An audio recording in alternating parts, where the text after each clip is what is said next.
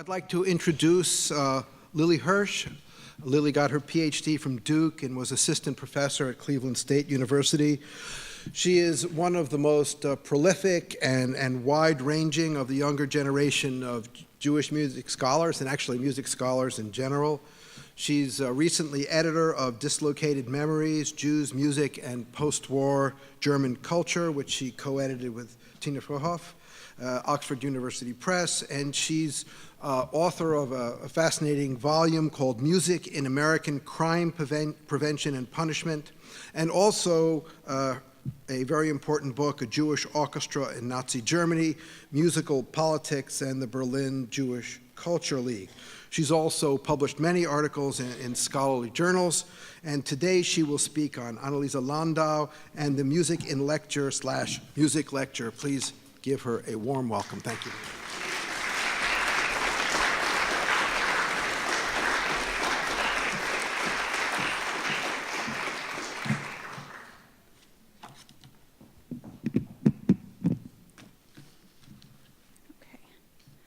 First, thank you to Bob Elias and Mike Beckerman for inviting me. It's a pleasure to be a part of this fascinating conversation.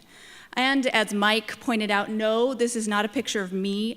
This is a picture of Anneliese Landau. When Anneliese Landau arrived for her first lecture in the Berlin Jewish Culture League on October 26, 1933, the assigned building, the Logan House in West Berlin, was surrounded by police officers. They had been called to deal with the large crowd. The hall, a rather small space, was filled to capacity and overflowing. The League audience was remarkably excited to hear Landau speak. Her topic was Offenbach and operetta. This was Landau's choice, and League leader Kurt Singer trusted her judgment despite internal criticism. Some believed this lecture, with its focus on light opera, set the wrong tone, offering members entertainment rather than high art. The only instruction Singer gave Landau was that she avoid any political digression. Such conversation could put everyone in danger. Landau was born in Halle, Germany on March 5, 1903. She completed a PhD in musicology at Berlin University in 1930. After graduation, she prepared, at then music critic Alfred Einstein's request, the Musikalische Zeitschriftenschau, an index of all articles on music published during the preceding year, for the respected journal Zeitschrift für Musikwissenschaft. She continued this activity until 1933 and compiled similar listings for the Bach Jahrbuch and Händel Jahrbuch. While carving out a portfolio career in this area, she also gave musical lectures on German radio until early 1933, when the Nazis forced the cancellation of contracts with all Jews in broadcasting. Landau then had to consider emigration. In addition to being Jewish, although she was not observant, she had joined the Social Democratic Party following the lead of her friend Franz Beidler, the contested grandson of Richard Wagner. But chance interceded. One day, while she was standing on a sidewalk, gazing into a shop window, she recalled, quote, "I suddenly see a familiar face appearing next to mine in the reflection of the window, Kurt Singer. That afternoon at his office, he spoke to me about his idea of a culture league. He would call together all Jewish musicians, actors, lecturers, and ask them to become part of an organization which would offer drama, opera, and lectures to a Jewish membership," end quote. In this way, she began her new job lecturing in Nazi Germany. In this talk, I want to highlight Landau's work in the Jewish Culture League, as well as her lectures after in the United States. She created her talks on music in conjunction with live musical performance, and this format was consistently heralded as unique, both in Germany and the United States. Her talks thereby offer some insight into the history of lecture in connection with concert performance, or more often today, pre-concert lecture. They also offer a point of entry into issues still alive and well in this realm of musical activity, including opposition to the practice based on the adage that music should be allowed to speak for itself. As Robert Schumann once wrote, quote, "The best way to talk about music is to be quiet about it," end quote. I hope in this way to use Landau's history to think through criticism of musical talk and current practice while pointing towards ideals of future practice. With such lofty ambition, this paper is necessarily a starting point, and a rather informal one at that, like pre-concert lecture itself in some ways. My main goal is to stimulate conversation today and perhaps more substantial work on the topic down the road. To return to Berlin, during her first talk in the League, Landau somehow managed to exceed her audience's high expectation. The prominent Berlin doctor Alfred Bruck wrote after her first lecture to a government official, pointing to her talk as a sign of the League's promise. For Landau's future presentations, League management would be better prepared. She would always speak in larger halls and repeat her lectures as often as possible. With this demand and proper accommodation, she was assigned and gave 40% of all lectures in the Berlin League. Now, why such popularity?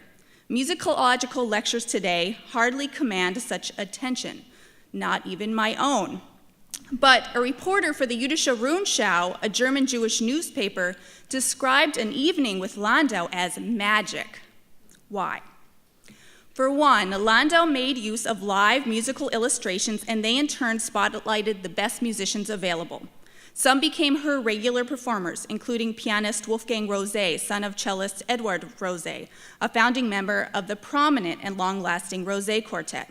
Also, Masha Benya, a folk singer who became a good friend and featured singer in the League's opera productions. And baritone Fritz Lechner, who also worked with her in broadcasting.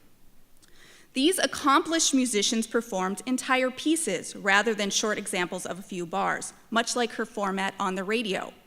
And their performances went hand in hand with Landau's own performance. Indeed, her words were quite entertaining. One review at the time described this format as, quote, a completely new form of artistic performance, end quote. Landau entertained in part by offering anecdotes and interesting details about the music's original context in a rather conversational manner, additional spillover from her time on the radio. With these details, she created her own drama, adding to the drama inherent in the subject she chose. She began her Offenbach lecture with an exciting imaginary conversation between Parisians, bringing to life the popularity of Offenbach's music at the time. Have you been to the show? No? You must go tonight. She described a small wooden theater, the Bouffe Parisienne, an unlikely setting for such attention, and then named the man at its center, a small Jew from Cologne, the son of a cantor, known to those in Paris as Jacques Offenbach. At the Bouffe Parisienne on July 5, 1855, Offenbach premiered his one-act operetta, The Two Blind Beggars, which centered on two supposedly blind men. Landau explained to her audience the varieties of humor in music, including parody and caricature. While some humor could actually educate, other instances, she admitted, could really hurt. This was useful preparation for the performance that followed of Two Blind Beggars. Before its premiere in Paris, some involved thought the piece too vulgar. With catchy melodies, it took aim at the disabled and poor. Still, it was an instant hit. This was one of several examples in Landau's lecture, and a good one. If it could create such buzz in Paris, it certainly had a chance to get the attention of Landau's audience in Berlin. Reviews in the German Jewish press highlighted the impression Landau made of, quote, amazing immediacy. And subsequent reviews of other talks often used a version of the word plaudern, chat, to describe her lectures, hinting at their informality and this accessibility. These were not dry academic affairs, and that was important to Landau. There would be laymen in the audience like her father, and his opinion mattered. To him, enthusiasm and logic could and should open any topic to anyone. It also helped, I should mention, that Landau was known from the radio and rather young. Her appearance in lecture was quite novel at the time. She was, quote, a very unusual woman, end quote. And several later reviews alluded to the audience's positive response to her youth and fresh energy. The popularity of Landau's talks led to presentations at other League branches. Though she would lecture on a wide variety of topics, in Germany, her most popular program was her first on Offenbach. She would repeat the talk upon request throughout Germany until 1937, a total of 86 times.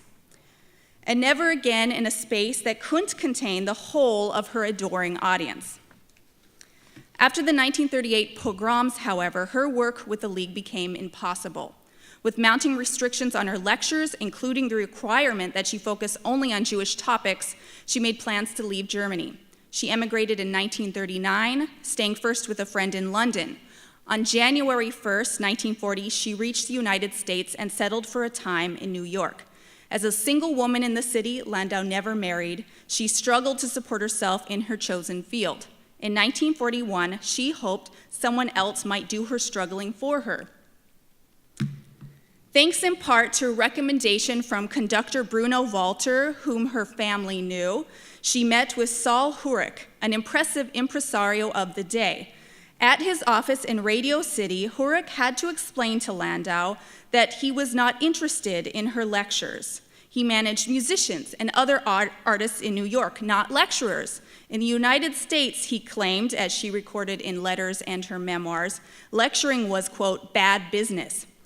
Landau countered, quote, yes, I am a lecturer, but I am also not one, end quote. She was a musician as well, she claimed. She viewed her lectures as a musical performance, both with the artistry of her speaking style as well as its connection to live musical performance. In later publicity material, her work as an artist was described as a new medium, entertainment different from any that is available on the concert stage today. After a lecture in Cincinnati on May 14, 1944, the paper American Israelite gave this medium a new name, quote, musical monologues. Hurek would have to let her down in another way, quote, but we don't have such programs here in America, end quote. She exclaimed, quote, this only shows that there is a place for me. No one does it yet. It is something new, end quote. She invited him to come to an upcoming lecture and judge for himself. Despite his eventual expression of interest, he never followed through, and neither did she. Still, in October 1944, Landau found a steady platform in the United States as music director here in Los Angeles at the Jewish Centers Association, created in 1943 to coordinate the city's various Jewish community centers. In this position, she would talk about music for decades, in music study groups as well as lecture recitals, among other formats she designed. These presentations were generally well regarded. Once again, she was recognized for the immediacy of her speaking style.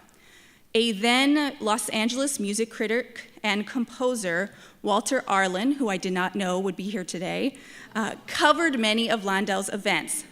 Even with her thick German accent, he recalled in a generous phone conversation with me, thank you finally in person, her vast knowledge of music always came through. She, quote, knew music from the inside, end quote. And her lectures, he added, were not a musicological dissertation anyone could understand. That is, as in Berlin, she did not use the rather cliched words and formulations of academic discourse, including probably the word discourse. Arlen also noted the novelty, like others, including Landau herself. But he was the first to point out, at least to me, the negative in this regard. In the United States, pre-concert lecture, let alone commentary between musical numbers, was indeed novel. According to music scholar Michael P. Steinberg, pre-concert lectures would still be rare at performances in 1994, some 5 decades later. Even then, he maintained they were often only superficial overviews of the general shape of the music, certainly not Landau's favored description of the musical era and the composer's place therein. The slow spread in popularity of the pre-concert lecture in the United States, according to Arlen, had much to do with early resistance to the practice. Some critics would wonder why the music couldn't simply speak for itself. There are several points for us to consider, issues that back such opposition, past and present. First, a practical issue, the heterogeneity of those involved. In Nancy Ann Singel's 1991 dissertation study of pre-concert lectures at The Ohio State University, she surveyed audience response. One commenter objected, quote, "I like to form my own opinions about the music and what I think it means," end quote. Richard Strauss anticipated this objection as well as other audience reactions. He wrote, quote, "I don't like programs at all," quite a statement from one who did in fact write some. He continued, quote, "They promise one person too much. They exercise too great an influence on another. A third protests that the program has stifled his own imagination, and a fourth would rather not think at all," end quote. Just this last week, The Guardian published a related article on anonymous art, in this case dance, explaining the similar freedom of no expectations. But in single study, most feedback was positive. Education can foster interest and enjoyment. Pre-concert lectures can also break down barriers between the audience and the performer, enabling listeners to make a personal connection with the performer as well as the piece. This investment can strengthen any emotional connection, which is said to make an event more memorable. And these are all important considerations in the business of performance. According to Alan Brown, in a study sponsored by the John S. and James L. Knight Foundation in 2004, some sort of talk or interactive element is especially welcome today by new or younger audience members.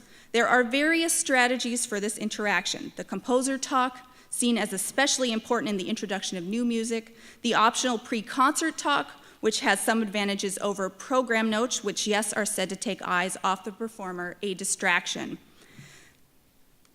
There is also what Brown terms embedded interpretation, including interpretive assistance integrated into the concert. In current practice, we see this latter strategy quite regularly, with conductors or musicians regularly speaking from the stage.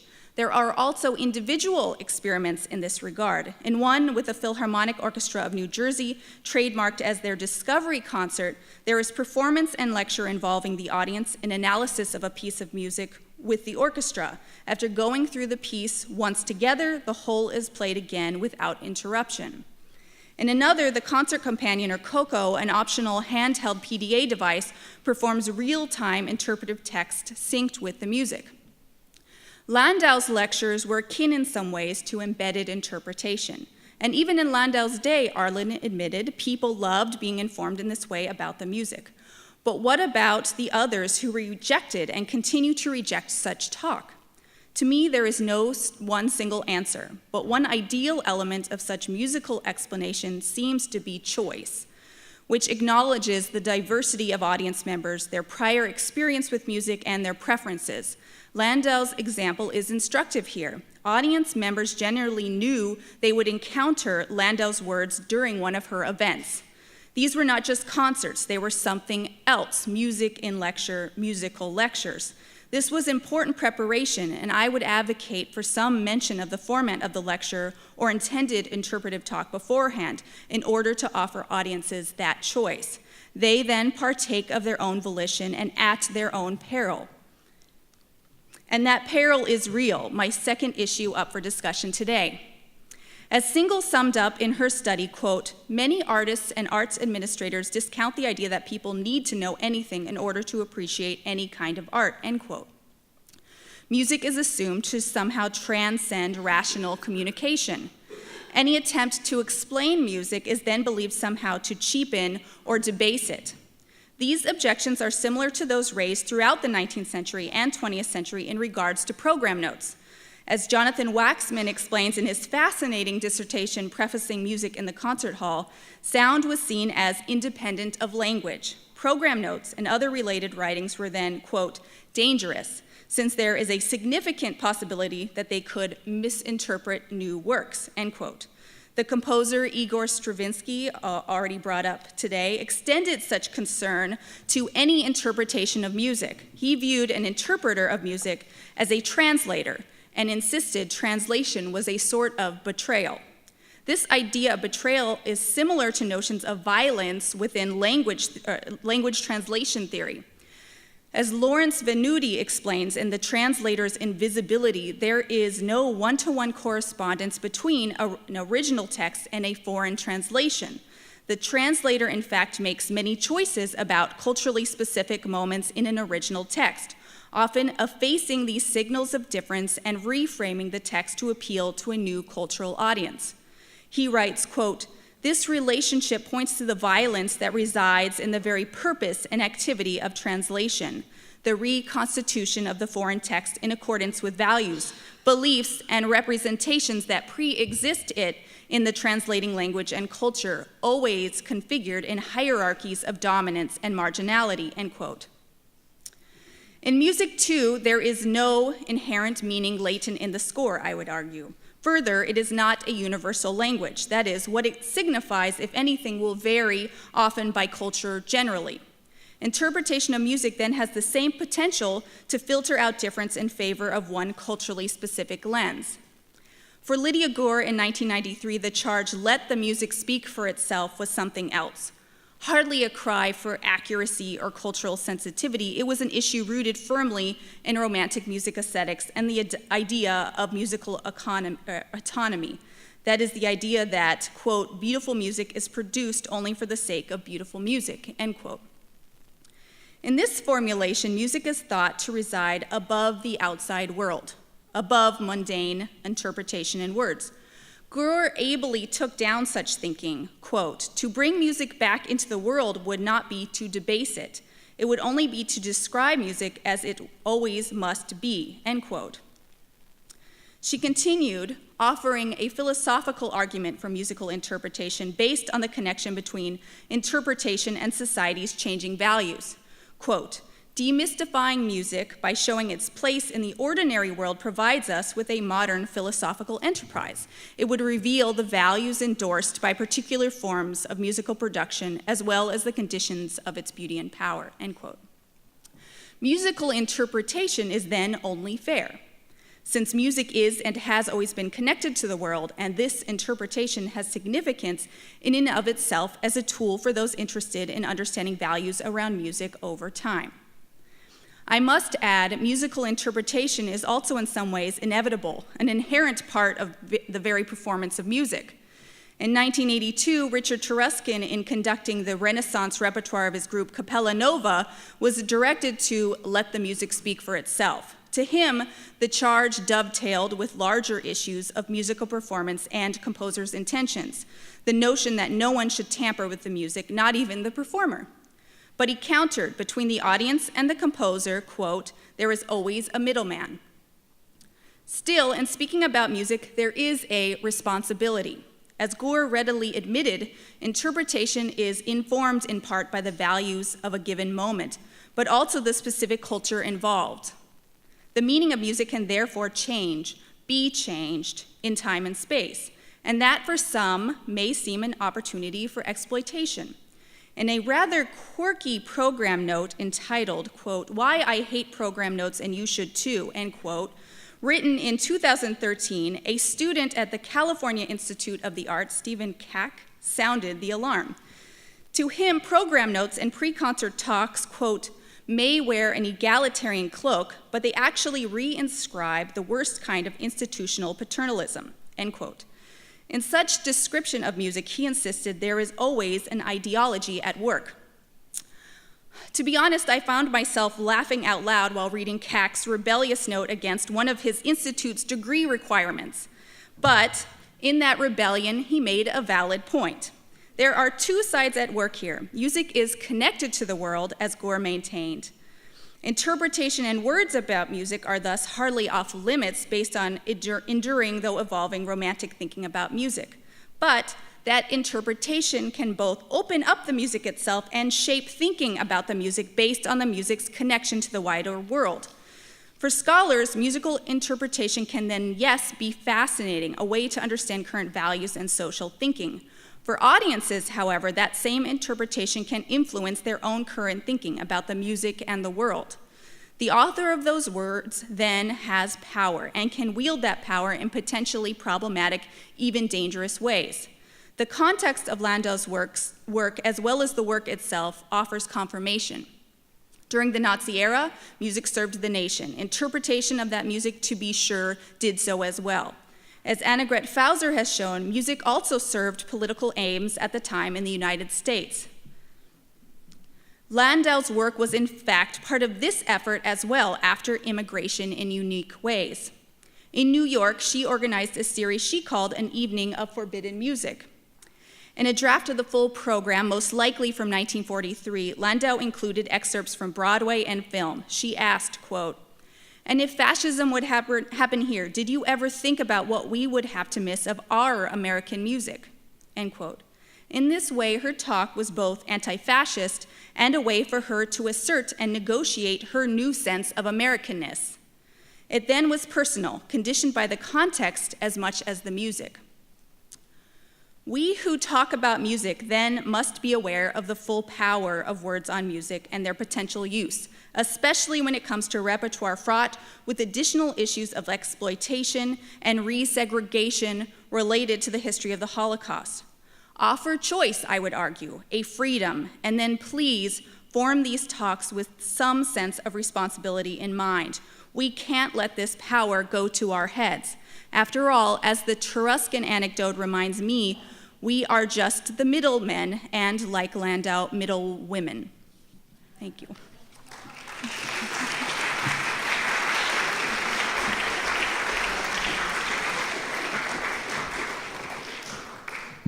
Yes, are there any questions and comments? Where was the question? Over here? Yeah. How did Landau get out in 1939? She was actually quite lucky.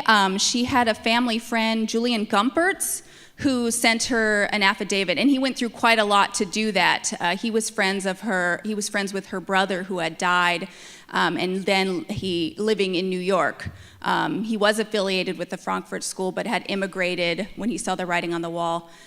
So she was quite lucky. She had that affidavit already in 1936, and she just held on to it because she wasn't ready to go. Yes, please, yes. I just have a question, whether there are any recordings of Landau's performances that we could look up, because it's quite interesting, fascinating to know what that would have sounded like. I suppose there are no, video, but tape. But. No, I found a few recordings of her voice, but I was lucky to do that. She did not have any children of her own, but she actually emigrated ahead of her sister's children. They were part of the Kindertransport to England, and she remained in touch with them, going back and forth to England every couple years once she had enough money to do so. So one of her family members had recorded her voice. It was an amazing pre-concert lecture she did before her nephew actually performed at Oxford. So I have that recording. Barbara Zeisel was able to send me a recording of her. There's also an interview that I found at the University of Albany. A scholar came to interview her. He was actually quite rude when kept interrupting her. It's very difficult to listen to, but those are my three sources, the only sources I have where I can really hear her voice. More comments? I don't see the hand, but there, please, yes, thank you, sir. What role did Leonard Bernstein's pre-concert talks have, and his children's concert talks have on pre-concert talks today? That's a big question. I know it had a big influence on Landau. She was a great admirer of Mahler, and Bernstein became a great champion of Mahler as well. Anneliese Landau was very aware of speaking to a wider audience. She didn't want to have these sort of insular conversations, so she worked on radio. That was meaningful. And then she saw Bernstein on TV, and that was amazing. She felt like he was the #1 music teacher in the United States because of that forum, and she desperately tried to get on television herself, and she actually did in one program. She was hoping it would lead to a whole new career late in her life on television, but there was only one example of that. But that's a whole larger topic about Bernstein that we should talk about later. Yes. Like Bernstein, did she script her talks completely? Have you been able to find those scripts, or was much of it simply from a notes that she made for herself?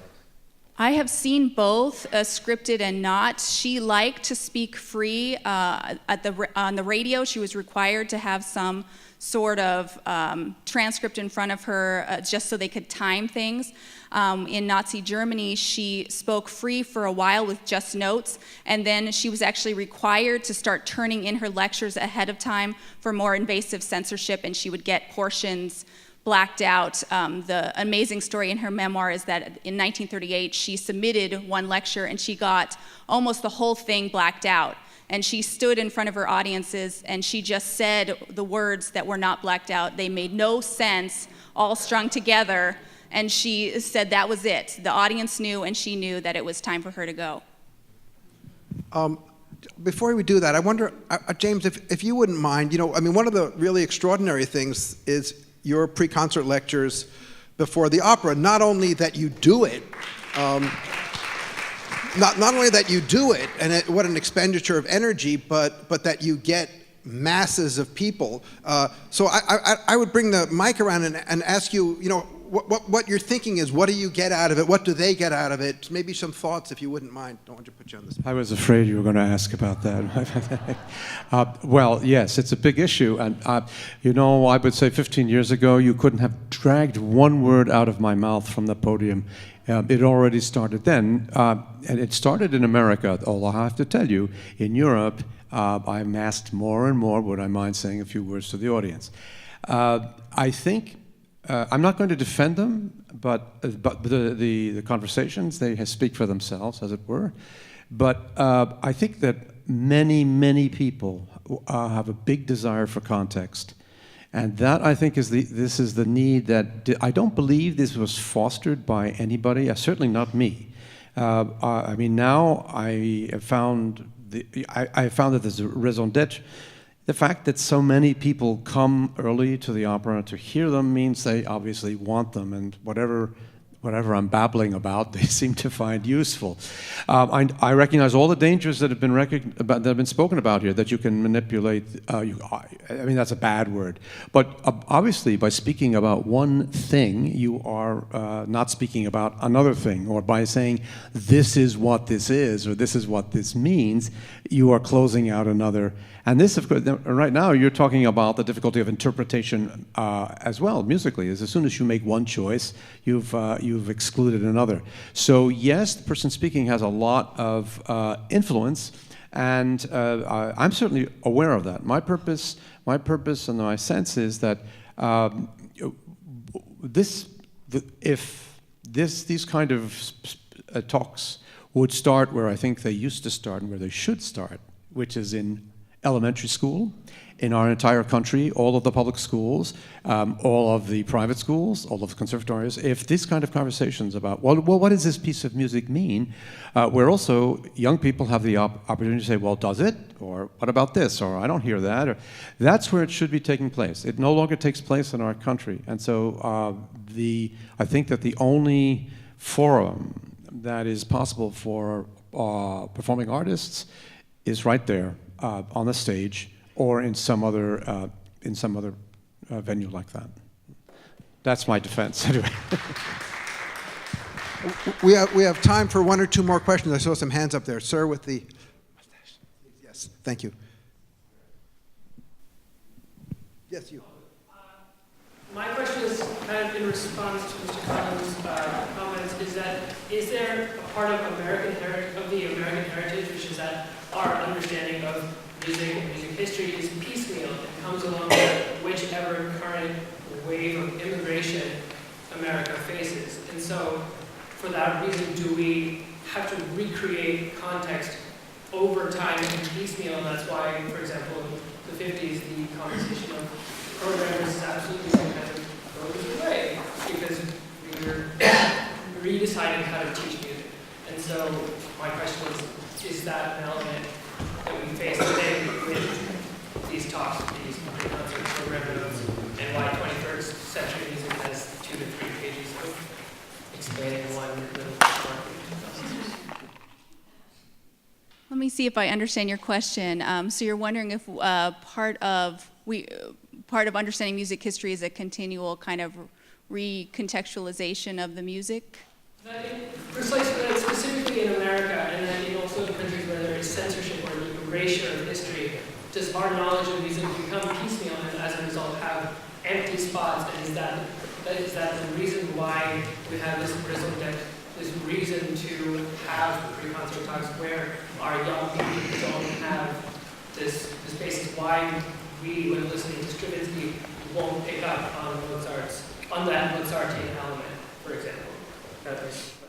Well, why we need pre-concert lectures, that's a huge question. I mean, that goes to music education today, not to mention just the fragmented nature of knowledge.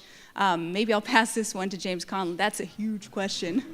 Well, I think we have to stop now. Oh, Bob, quick,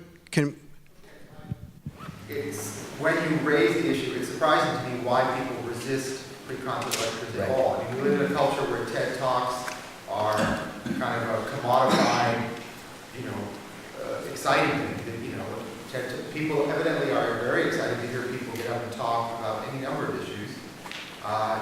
If you go to a museum, never mind an audio tour, right? The profession of docent is very respectable, right? So there's a way. I wonder if you want to just reflect a little more. I think this was an implication into where you were leading us, that there's something about the culture of art music which is uniquely hostile to this form of practice. It's not that Americans don't know their history or they don't want to hear people talk about intellectual subjects, but somehow they don't want to mix that with music.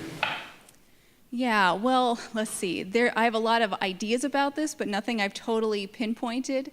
I think music resides in this special place where it's somehow immune from the worldly, immune from the darker aspects of the world, and it limits conversations around music for some. Ever since that music and crime prevention book I did, I get this question where, don't I like music? Because I'm talking about some of these darker sides, and I find that question so odd. A historian would never get asked that question, don't you like history, when you're talking about something dark. No one assumes history is going to be perfectly rosy. But music is assumed that way. So to have these full conversations about music, you're wading into some sort of dangerous waters for a lot of people that want to just see music in one positive light. And if you jump into that, you're somehow ruining it from them. Music has some sort of special place there that really limits the conversation to me. But I've got more thoughts, and we can keep talking about that later. Thank you very much. Please give a warm round of applause.